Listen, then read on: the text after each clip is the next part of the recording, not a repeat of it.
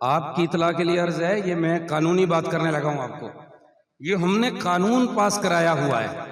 قادیانی اپنی عبادت گاہ کو مسجد نہیں کہہ سکتے، وہ مینار نہیں بنا سکتے، وہ اپنے آپ کو مسلمان نہیں کہہ سکتے، اپنی کتاب کو قرآن نہیں کہہ سکتے، وہ اپنی عبادات کو اور اپنے مسلک کو اور اپنے مذہب کو وہ نام نہیں دے سکتے جو ہم دیتے ہیں.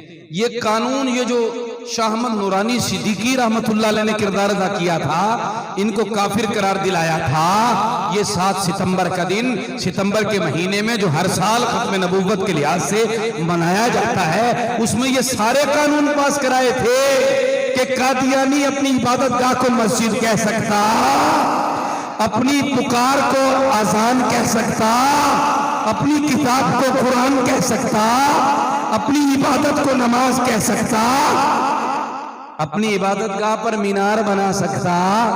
یہ سارے قانون پاس ہوئے ہیں، ہمیں پتہ نہیں رولز کا. فوراً جا کے شکایت کریں، 1 منٹ میں گورنمنٹ کا کام ہے اس کو ختم کرنا.